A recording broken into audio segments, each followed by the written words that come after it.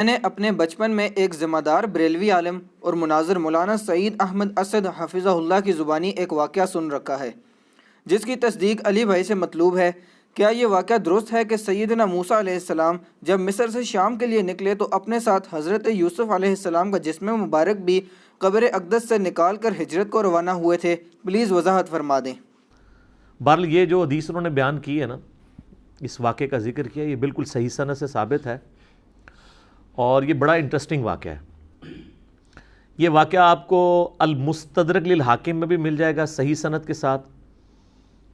امام حاکم نے اس حدیث کو امام بخاری کی شرط پہ صحیح کہا ہے، امام ذہبی نے بھی ان کی موافقت کی ہے۔ یہ حدیث جو ہے وہ مسند ابی یعلا میں بھی موجود ہے صحیح سند سے، صحیح ابن حبان کے اندر بھی موجود ہے۔ یہ حدیث تفسیر ابن کثیر میں بھی موجود ہے۔ تفسیر ابن کثیر میں جو سورہ الشعراء کی آیت نمبر 52 ہے نا، حضرت موسیٰ علیہ السلام کے بارے میں آتا ہے نا کہ اللہ تعالیٰ فرماتا ہے کہ ہم نے ان کی طرف وحی کی تھی، وَأَوْحَيْنَا إِلَىٰ مُوسَىٰ أَنْ أَسْرِ بِعِبَادِي إِنَّكُمْ مُتَّبَعُونَ۔ ہم نے موسیٰ کو وحی کی کہ تم راتوں رات میرے بندوں کو، وہ 6 لاکھ کے لشکر کو بنی اسرائیل کے یہاں سے لے کر نکل جاؤ، بے شک تمہارا پیچھا کیا جائے گا، یہ لوگ تمہارے پیچھے آئیں گے۔ وہ پیچھے آئے تو سمندر میں اللہ نے راستہ بنا دیا، بنی اسرائیل تو نکل گئے، اور اسی راستے میں جب فرعونی نکلنے لگے تو اللہ نے دونوں پارٹ ملا دیے، قرآن میں آتا ہے، تو تباہ و برباد کر دیے گئے۔ تو اس آیت کے کانٹیکسٹ میں یہ سورہ الشعراء پارہ نمبر 19 آیت نمبر 52 کے کانٹیکسٹ میں امام ابن کثیر اس حدیث کو لے کے آئے ہیں جو حاکم کے اندر موجود ہے کہ نبی صلی اللہ علیہ وآلہ وسلم کسی گاؤں ایریا میں تشریف لے گئے تو وہاں پہ ایک دیہاتی شخص تھا، اس نے آپ صلی اللہ علیہ وآلہ وسلم کی مہمان نوازی کی۔ آپ بڑے خوش ہوئے، آپ نے اٹھتے ہوئے فرمایا کہ کبھی موقع ملے تو تم ہمارے پاس بھی آنا، دعوت دے دی۔ اس کے لیے تو آنر کی بات تھی۔ کچھ عرصے بعد وہ نبی علیہ السلام کو ملنے کے لیے آیا، آپ صلی اللہ علیہ وآلہ وسلم نے اس کی خوب مہمان نوازی کی، ایک تو بدلہ اتر گیا۔ پھر آپ نے اینڈ پہ فرمایا مانگ کیا مانگتا ہے؟ اس نے کہا یا رسول اللہ ایک اونٹ چاہیے جس پہ میں اور میرے گھر والے سواری کر لیں، ہاں اس پہ کجاوا بھی ہونا چاہیے، یعنی اچھی سیٹیں لگی ہوئی ہوں، اور 2-4 بکریاں مل جائیں جن کا دودھ دو کہ میں اپنا اور اپنا فیملی کا سلسلہ چلا لوں۔ یار اس زمانے میں بس سبسسٹنس لیول پہ یہی لائف گزارنے کا ذریعہ ہوتا تھا۔ یہ آج کل تو ہم جو لائف گزار رہے ہیں نا، یہ اس وقت کا امیر آدمی بھی نہیں تھا گزار سکتا۔ گندم کے دانے، سال کے دانے پورے ہو جائیں، دودھ کے لیے بھیڑ بکری رکھی ہیں، اللہ اللہ خیر صلی اللہ، اور کوئی کام ہی نہیں ہے۔ یہ جو آسائشیں ہیں ان کی وجہ سے ہمارے لیے مصیبت کھڑی ہوگی۔ ایک اونٹ اور چند بکریاں مانگی، اور کس سے مانگ رہا ہے؟ اللہ کے نبی سے، جن سے آپ کچھ بھی مانگ سکتے ہیں وہ اللہ سے لے کے دے سکتے ہیں۔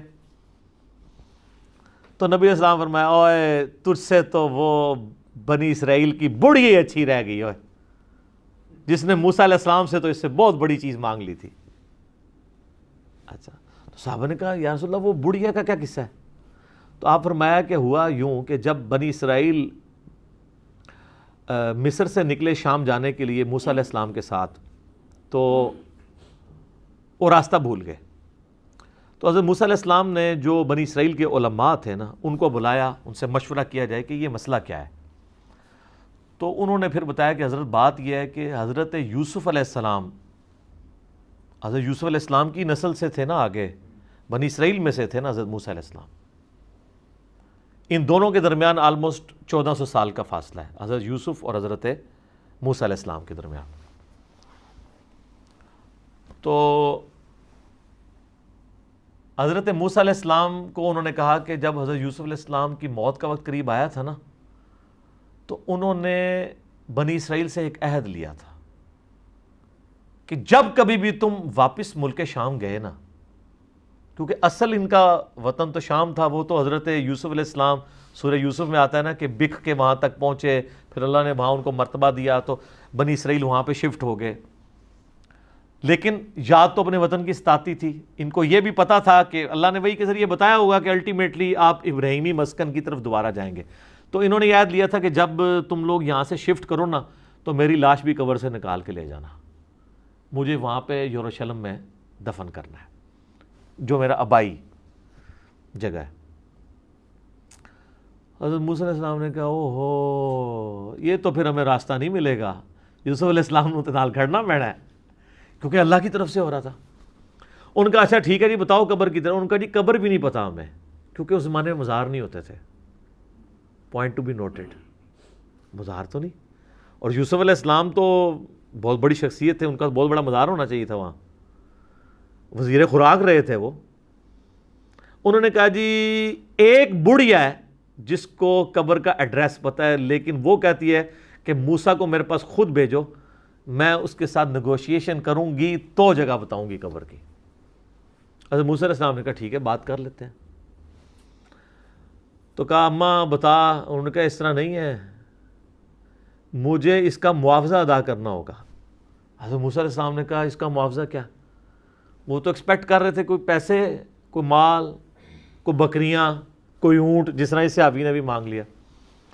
انہوں نے کہا جی معاوضہ یہ ہے کہ میں جنت میں تمہارے ساتھ رہوں گی۔ اللہ اکبر!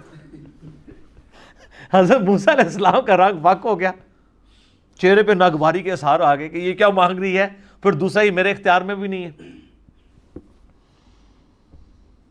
تو حدیث کے الفاظ ہیں، اللہ تعالیٰ نے اسی ٹائم حضرت موسیٰ کو وحی کی کہ آپ کمٹمنٹ کر لیں اس کے ساتھ۔ اوہ ہائے ہائے، دینے والا تو اللہ ہے نا جی۔ تو موسیٰ علیہ السلام نے کہا ٹھیک ہے۔ اس لیے حضور نے اس اعرابی کو کہا او یار تجھے تو بڑھیا اچھی رہ گئی، یعنی تو مجھ سے جنت میں میرا پڑوس مانگ لیتا، تو نے مانگی تو دنیا کی چیز مانگی۔ اچھا تو اب وہ بڑھیا نے کہا کہ جی میں آپ کو پتہ بتاتی ہوں۔ اب وہ بڑھیا جناب ان کو ایک تالاب کے اوپر لے آئی۔ حدیث کے الفاظ ہیں وہ تالاب بھی بالکل سبز ہو چکا ہوا تھا، یعنی بہت پرانا تالاب تھا، کوئی اتنا یوز میں بھی نہیں تھا، کوئی سمجھ لیں آج کل جس طرح کیچڑ والا کوئی جوہڑ ہوتا ہے۔ اس نے کہا جی اس پانی اس کا نا تالاب کا باہر نکلوائیں، اس تالاب کو خشک کریں۔ تو تالاب خشک کیا گیا تو اس کی بیسمنٹ کے اندر اس نے نا ایک جگہ لوکیٹ کی کہ یہاں پہ آپ کھودیں، یہاں پہ ان کی قبر ہے۔ اے دسو کسی نے لبنی سی، اس مانے علم غیب ہی نہیں سی ہوندا، نہیں تو لب جاندہ۔ ٹھیک ہے، بزرگوں کہتے ہیں نا علم غیب ہے، وہ جب تک اللہ نہ بتائے تو پیغمبر کو بھی نہیں پتہ چلتا۔ تو خیر وہ قبر کھودی، اور حدیث کے الفاظ ہیں کہ انہوں نے حضرت یوسف علیہ السلام کا جسد انور نکالا، تو پھر بنی اسرائیل کے لیے جو ہے نا راستہ بالکل واضح ہو گیا، پھر وہ اپنے سفر پہ چل پڑے۔ تو یہ حدیث ہے جس میں حضرت یوسف علیہ السلام کا جسد انور وہاں پہ شفٹ کرنے کی بات ہے۔